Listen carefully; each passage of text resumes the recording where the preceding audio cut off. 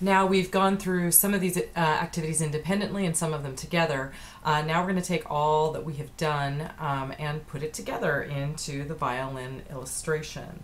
Okay, so we need to fit all in window, so Command-Shift-0 gets the whole artboard in view. We want to turn on the bounding box. I'm going up to my menu, which you can't see, and I'm going to show the bounding box.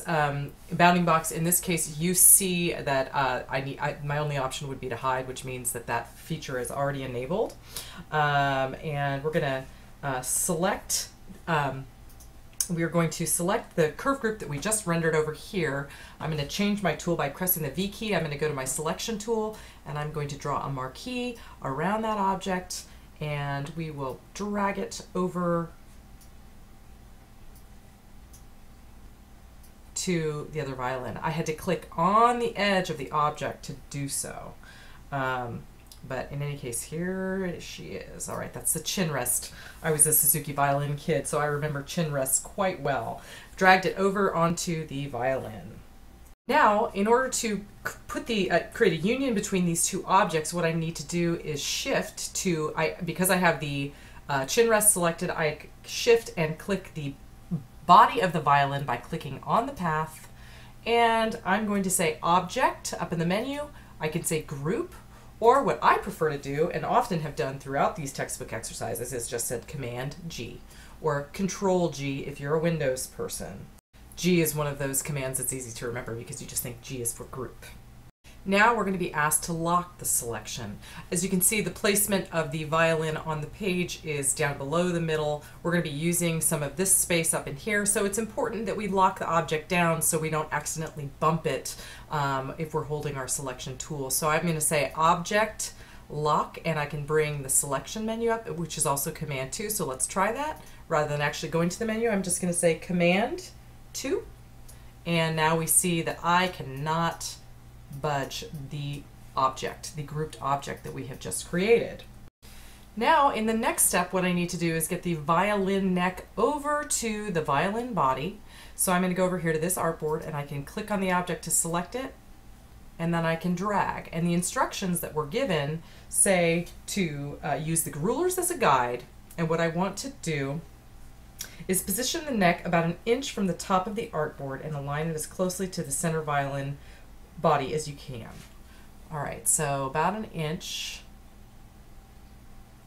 All right, and if I wanted to make this easier, what I might do is just go to my ruler up above and find that inch and set it there.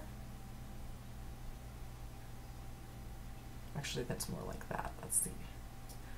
Let's try this again. I'm going to go and move the origin to make it easier. My origin got messed up somehow, so let's try that again. And move the origin point, so you note that we have 0 here and 0 here, meaning that the origin of the rulers, the XY axis for these illustrations, are at the upper left-hand corner of this particular artboard. So now what I'm going to do is pull a guide down to put me about 1 inch below. See how differently that works now? So now I can take my neck of the violin, and I'm going to use my arrow down key to nudge it down just a little bit. Pretty cool, huh? And just for the sake of example, what I will do is have it over here to the left. Obviously that looks a little cattywampus. It looks like that is not dead center, but as the activity notes, we will center it later. Okay, so in the next step, we're going to be asked to change the stacking order, or basically we're going to be asked to send this to front.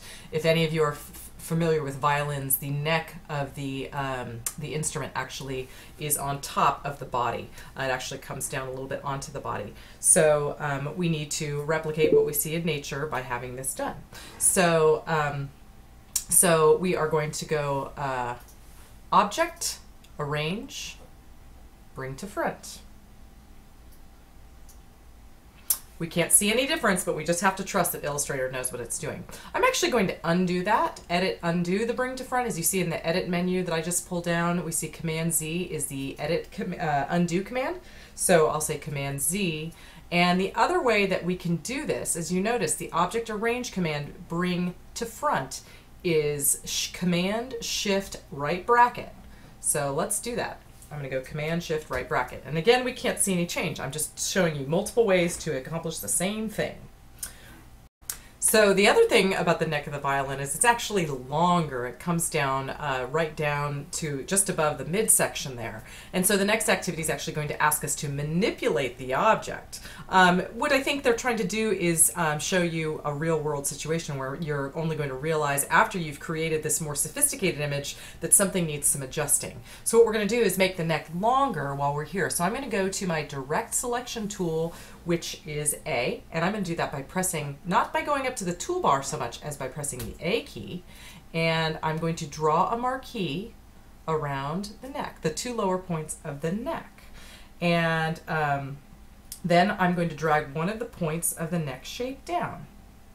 Let's see how this goes for us. And look what it's doing. Because I have both points selected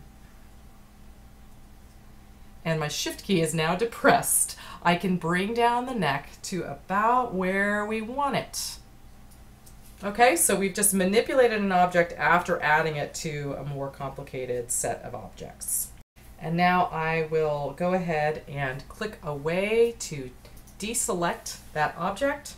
And now we need to bring the dashed line group of the illustration that we created previously. So I'm going to go over here and select the group. And actually, if you'll notice, my line turned red, which meant that I selected the guide. And to be honest with you, we don't need that aquamarine guide anymore. So I can literally just click on that and delete it and get it out of the way. All right, so now I'm going to select the line group and bring it over. And I'm going to actually take it down and move it so that, oh, it didn't group them.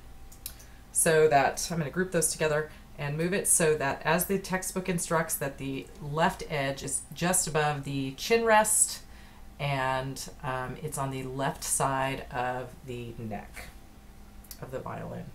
Then I can go to my object menu, arrange, and bring to front. Or, for the sake of getting these strings on top of the neck, which is on top of the body of the violin, I'm going to go Command-Shift, right bracket, which is an alternative way of bringing your objects, changing the... Okay, so now what we need to do is I need to group these two objects together. They're not, oh, they're actually already grouped. What I need to do now is make my string reach from the pegboard here, or just down at the base of the instrument, and I need to stretch the string up to the top of the neck of the violin. So what I'm asked to do here in the textbook is to use the direct selection tool, which I could access by using the A on the keyboard, but I chose to do it that way. It's just to go select and shift drag the string all the way up here. And now we see that our string reaches the length of the violin. Now I will deselect that. And now the goal is to change the stacking order once again, because if you think of a violin, first we have the body, on top of the body is the neck, and on top of the neck is the strings.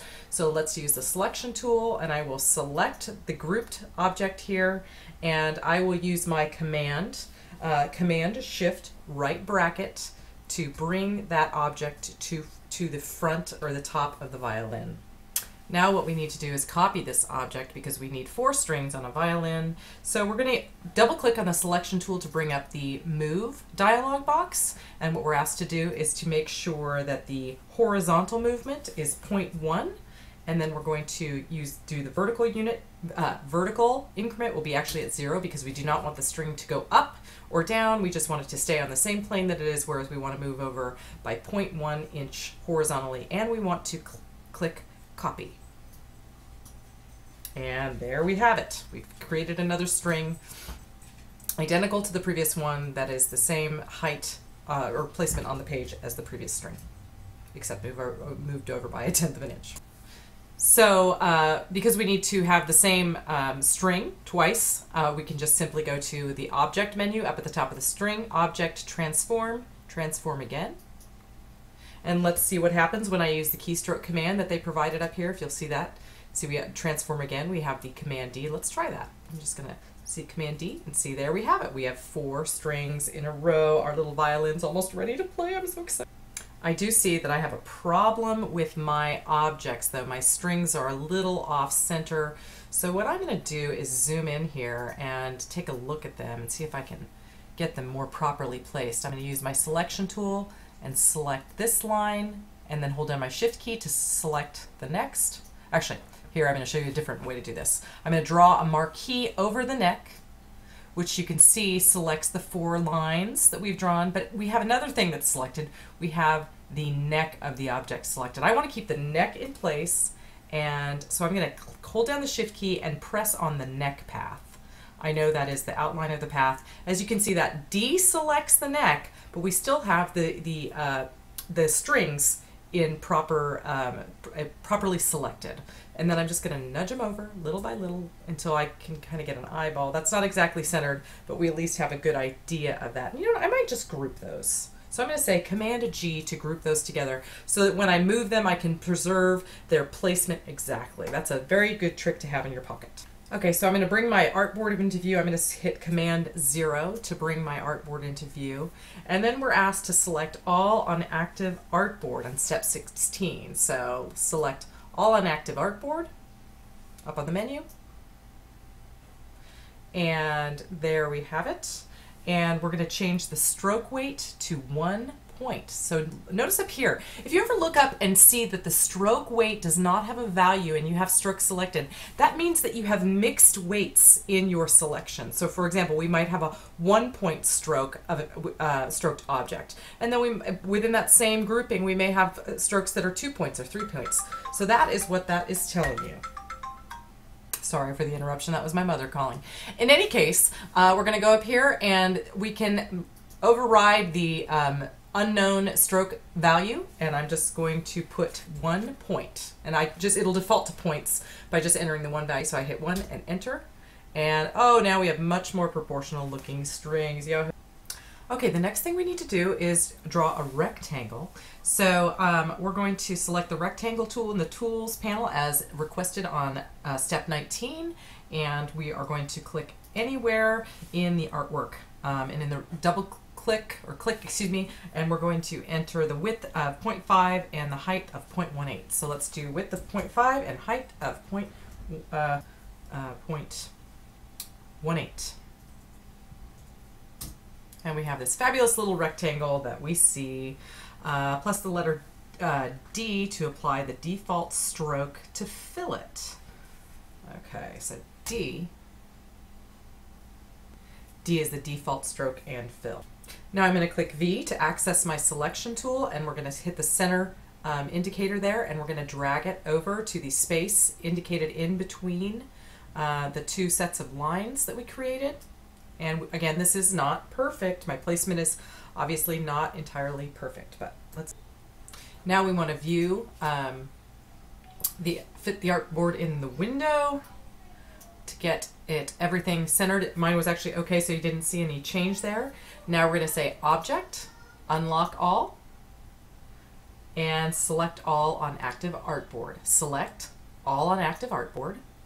And then we're going to go to the control panel and choose the Align to Artboard. Here we go. So we're going to select Align to Artboard. Let me do that. Okay. And then we're going to hit the horizontal center align button right here. Let me get that out of the way. Horizontal align center. And what this means is that all of the objects will be horizontally aligned to the center point of the artboard. Look at that. That's fantastic. The last